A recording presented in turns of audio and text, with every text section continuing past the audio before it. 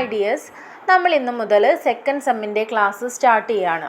ആദ്യമായിട്ട് തന്നെ history of India എന്ന സബ്ജക്റ്റിലെ ഫസ്റ്റ് ബ്ലോക്കിലെ early stone age settlements in India എന്ന യൂണിറ്റാണ് ഡിസ്കസ് ചെയ്യാൻ പോകുന്നത്. ഹിസ്റ്ററി എന്നാൽ എന്താണ്? അത് സിമ്പിളായി പറയുകയാണെന്നുണ്ടെങ്കിൽ വെറും ദിവസങ്ങളുടെയോ അല്ലെങ്കിൽ ഒരു ദിവസത്തിൽ സംഭവിച്ചിട്ടുള്ള കാര്യങ്ങളുടെയോ കൂട്ടിച്ചേർക്കലല്ല. ഹിസ്റ്ററി എന്നത് മനുഷ്യൻ എങ്ങനെ രൂപപ്പെട്ടു എന്നും എങ്ങനെ വളർന്നു എന്നും വിവരിക്കുന്ന ഒരു ജീവിതരേഖയാണ്. നമുക്കിതിൽ ആദ്യമായിട്ട് പഠിക്കാനുള്ള ഒരു ടോപ്പിക്കാണ് pre history and proto history. അതിൽ ഈ പ്രീ ഹിസ്റ്ററി എന്താണ്?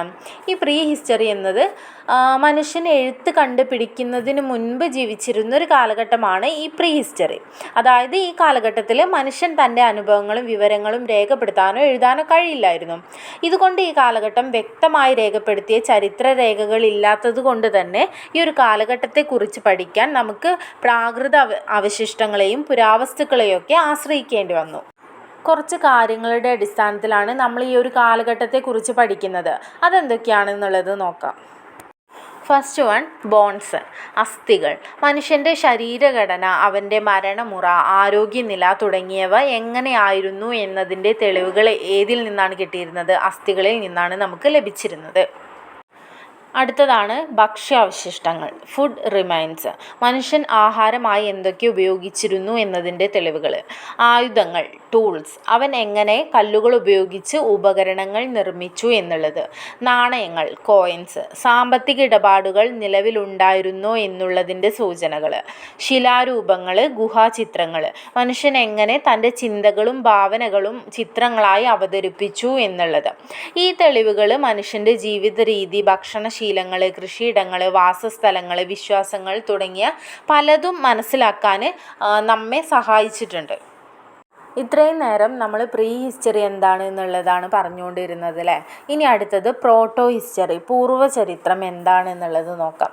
ഇത് പ്രാചീന ചരിത്രത്തിൻ്റെയും അതായത് പ്രീ ഹിസ്റ്ററിയുടെയും എഴുത്തുള്ള ചരിത്രത്തിൻ്റെയും ഇടയിൽ വരുന്ന ഒരു കാലഘട്ടമാണ്.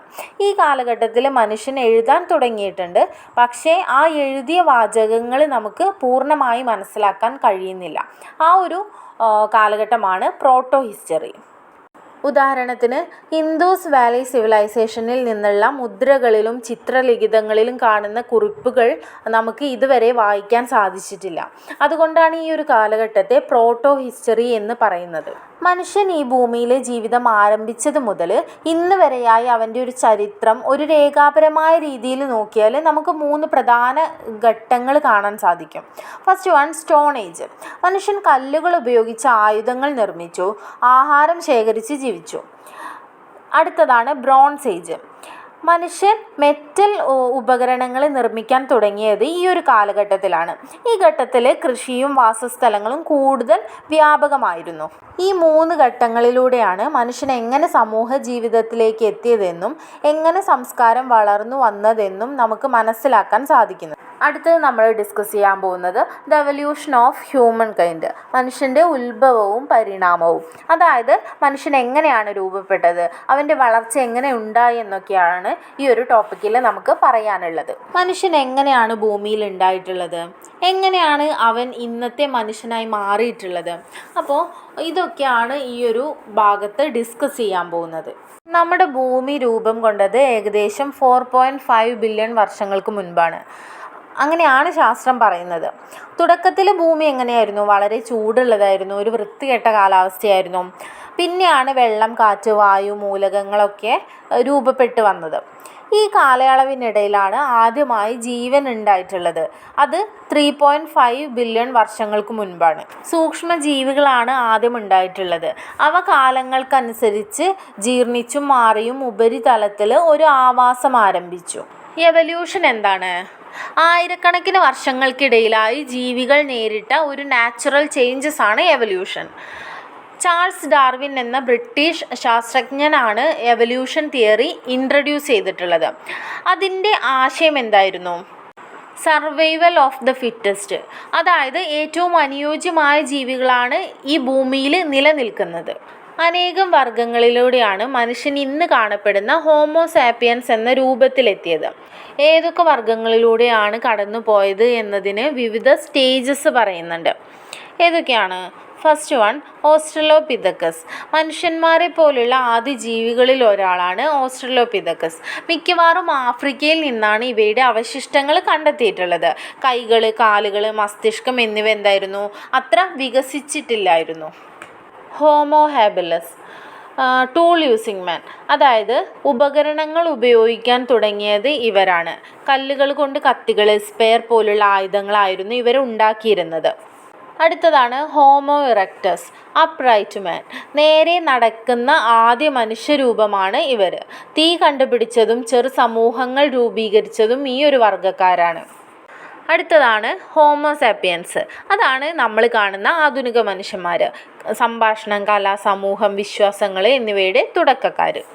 ഇനി അടുത്തത് ഇന്ത്യയിൽ ആദിമ മനുഷ്യൻ ജീവിച്ചിരുന്നു എന്ന് തെളിയിക്കുന്ന ശാസ്ത്രീയ തെളിവുകൾ, അതായത് മനുഷ്യാവശിഷ്ടങ്ങളും ഉപകരണങ്ങളും കണ്ടെത്തിയ സ്ഥലങ്ങളെക്കുറിച്ചാണ് പറയാൻ പോകുന്നത്. ഇന്ത്യയിൽ ആദ്യമായി അവശിഷ്ടങ്ങൾ കണ്ടെത്തിയിട്ടുള്ളത് കുരങ്ങുകളുടേതാണ്. ഇവയുടെ പ്രായം ഏകദേശം 10 മുതൽ 14 ദശലക്ഷം വർഷങ്ങൾക്കിടയിലുള്ളവയാണ്. ഈ അവശിഷ്ടങ്ങൾ കണ്ടെത്തിയത് ഹിമാലയൻ മലനിരകളിലെ ശിവാലിക് റേഞ്ചസിൽ നിന്നാണ്. ഇവയെ ശാസ്ത്രീയമായിട്ട് വിളിക്കുന്ന പേരാണ് രാമാപിഥെക്കസ് എന്നത്. അതുപോലെ നർമ്മദാ നദിയുടെ തീരത്ത് ഹക്നോറ എന്ന പ്രദേശത്ത് നിന്ന് മനുഷ്യൻ്റെ തലയോട്ടി കണ്ടെത്തിയിട്ടുണ്ട്. ഇതിനൊപ്പം തന്നെ അവിടേക്ക് ലേറ്റ് അക്യൂലിയൻ ടൂൾസ് എന്നറിയപ്പെടുന്ന കല്ലുപകരണങ്ങളും ചില മൃഗങ്ങളുടെ അവശിഷ്ടങ്ങളും കണ്ടെത്തിയിട്ടുണ്ട്. അടുത്തത് തമിഴ്നാട്ടിൽ നിന്ന് എന്തൊക്കെ തെളിവുകളാണ് നമുക്ക് കിട്ടിയിട്ടുള്ളത് എന്ന് നോക്കാം. തമിഴ്നാട്ടിലെ വില്ലുപുറം ജില്ലയിൽ ഒഡൈ എന്ന പ്രദേശത്ത് നിന്ന് ബേബി സ്കള്ളാണ് നമുക്ക് കണ്ടെത്താൻ പറ്റിയിട്ടുള്ളത്. കൂടാതെ അവിടെ നിന്ന് മൈക്രോലിത്സ് എന്നറിയപ്പെടുന്ന സൂക്ഷ്മ കല്ലുപകരണങ്ങളും പാലിയോലിത്തിക് ഏജിൽപ്പെട്ട മറ്റ് അവശിഷ്ടങ്ങളും ഉപകരണങ്ങളൊക്കെ നമുക്ക് കണ്ടെത്താൻ സാധിച്ചിട്ടുണ്ട്. ഇവയ്ക്ക് പുറമെ അവശിഷ്ടങ്ങൾ മഹാരാഷ്ട്രയിലെ പൂനെ എന്ന പ്രദേശത്തു നിന്നും മധ്യപ്രദേശിലെ ഭിംബേട്ക എന്നീ പ്രദേശങ്ങളിൽ നിന്നൊക്കെ കണ്ടെത്തിയിട്ടുണ്ട്. ഭിംബേട്ക എന്താണ്? ഗുഹാചിത്രങ്ങൾക്കും അവശിഷ്ടങ്ങൾക്കും ഉള്ള ഒരു കേന്ദ്രമാണെന്ന് നമുക്ക് പറയാൻ സാധിക്കും.